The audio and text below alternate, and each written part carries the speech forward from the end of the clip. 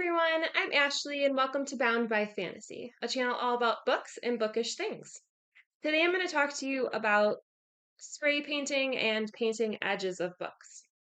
So, I am a total sucker for sprayed edges. You'll kind of notice that like a lot of the books on my shelf have sprayed edges. And so as soon as I see sprayed edges, honestly, I'm just like, oh, I have to have that book. It's so pretty. And I am totally a sucker for just buying books by the cover or by like how pretty they are. Um, but that can get very expensive. And a lot of the books where, you have to upgrade the books and get the special sprayed edges, like they can be pretty pricey. So what I started doing was actually painting my own books and painting my own edges. And I've done a couple different methods, and so I wanted to kind of talk about that today. I'm sure that I'll do a video on actually like doing a sprayed edge book or like painting an edge book.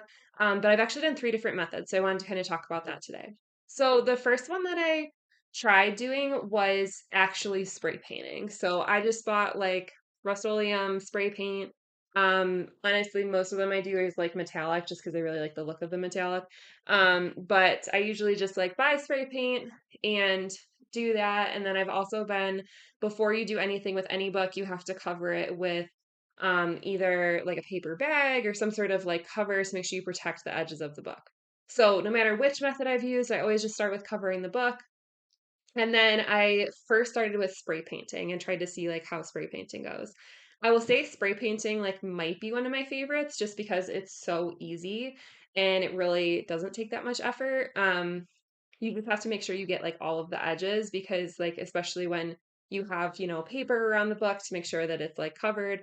Sometimes the spray paint like can't get in there. So you want to like get it, but you don't want to coat it too much. So I would say that's one of the biggest things. So when you're gonna do spray paint, whatever, you have to first start with covering the book itself. And then you either want to use like clamps like these, or you can use honestly just anything heavy. My husband has just these like weights that, he attaches to do workouts and stuff. So I actually have just like put these, like two of these in between books and used that before to weigh down the books. And then you just kind of spray paint them. So one of the ones that I spray painted was my Iron Flame book. And I absolutely love how this one turned out.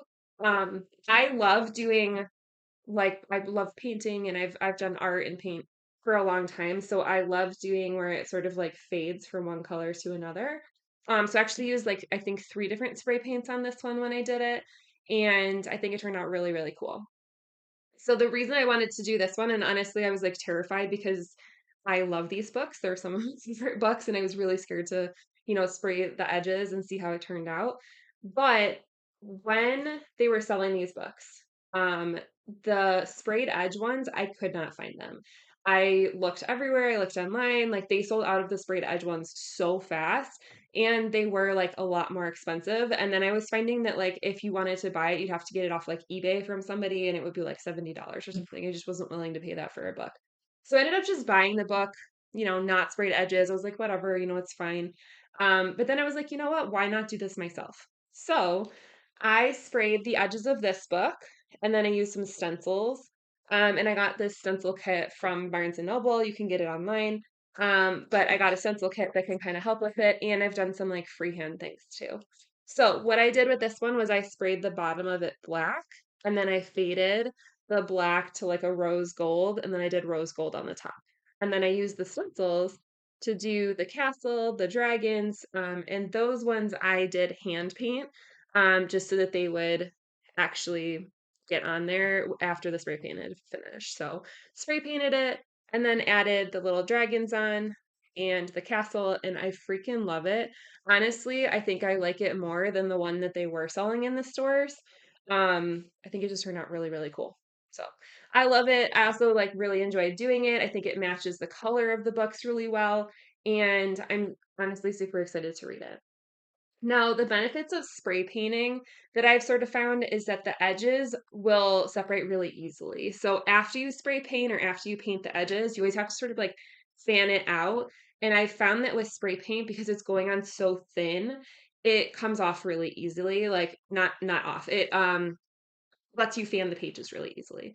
So they don't stick together too much. I didn't have really any issues with it like ruining my book or like getting on the actual like pages of the book. So I didn't have any of that going on. Like I said, the biggest thing with this was just like making sure I actually hit the actual edge of it and made sure I go like all the way to the edge with the actual spray paint.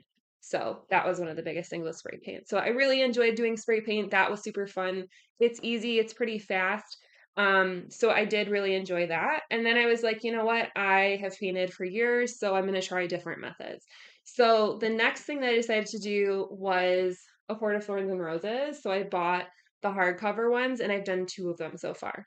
So this one, A Court of Thorns and Roses, I bought some just like acrylic paint.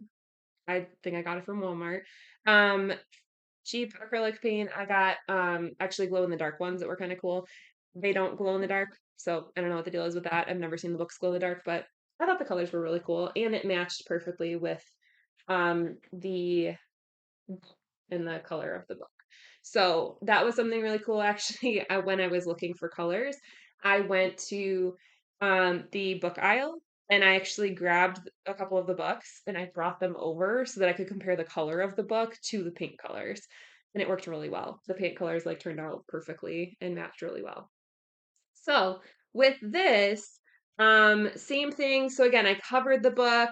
I then painted the edges and I had some like lessons learned on these ones. So these ones, both of them, um, it was a struggle to to separate all of the pages. And I literally had to like page by page pull them apart. So lesson learned was make sure you thin your paint. I put on like too thick of a layer. It did end up like turning out. It's just it was really difficult to separate the pages. This one wasn't too bad, but this one like got a little bit torn up because it just really wasn't separating very nicely.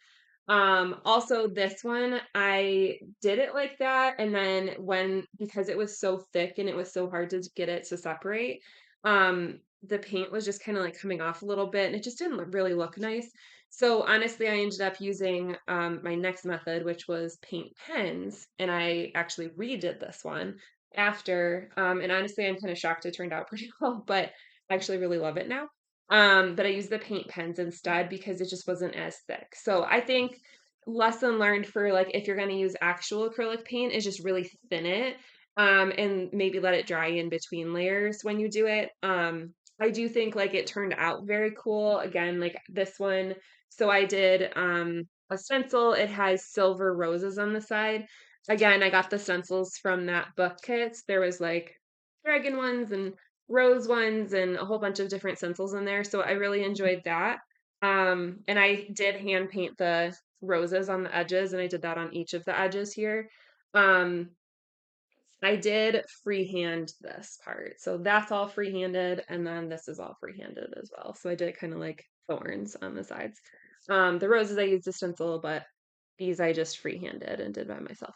So, like I said, turned out nice. I enjoyed it, but it was a pain in the butt to separate the pages, and it took me a really long time. And then this book got a little bit more beat up by doing them. So, because I was having issues with this one, remember that I had some acrylic markers. And so what I decided to do was use acrylic markers and color in the sides of it because it was like the color didn't match perfectly with the book cover, so I wasn't loving that. The design on it was kind of rubbing off. So I redid this one, which I wouldn't recommend doing them twice because it's a lot harder. And this one, the pages got a little bit more like torn up than I really wanted. But I think it turned out cool in the end. So this one completely freehanded the entire design. So I just did like moons and a star and some stars all along the side of it. And then I used acrylic markers and I just colored in the sides of it. So these, you can get at like any sort of craft store. They have like a thick side and a thin side. The thick side is like really nice to just use to go along, really do most of it. And then when I get close to the edge or like the binding, I use the thin side. So that way it's not as thick when I'm doing it. So I did this one that way, and then I also did Harry Potter that way. So um, this book, I wanted to try using the markers again because it works so well with the Court of Mist and Fury book. So I decided to do it again, but this one I completely freehanded. So um, I painted the edges, both the top and the bottom, gold, and then the side I freehanded and did the castle, the mountains, and the sky, and then I put some like stars in there too. So, um, I love how this one turned out. I think it turned out really, really cool. And the markers just worked really well. You still have to like fan the pages out, but it does work pretty easily with the markers. I think the key to all of this is like whether you're using spray paint or you're using acrylic, whatever it is, just do thin layers. Don't do it super thick. Um, Also with this one, I used kind of a combination of the clamps. So I had clamped it down, but then I also used the like weight just to weigh it down. Um, so I kind of did a combination of the two of them, and I just kind of found that that worked really well. You want to make sure that, like, as you're going, it's really pressing down very hard on wherever you're actually painting. So I just sort of like moved the clamp or moved the weight to wherever I was painting. That way it was like really pushed down well.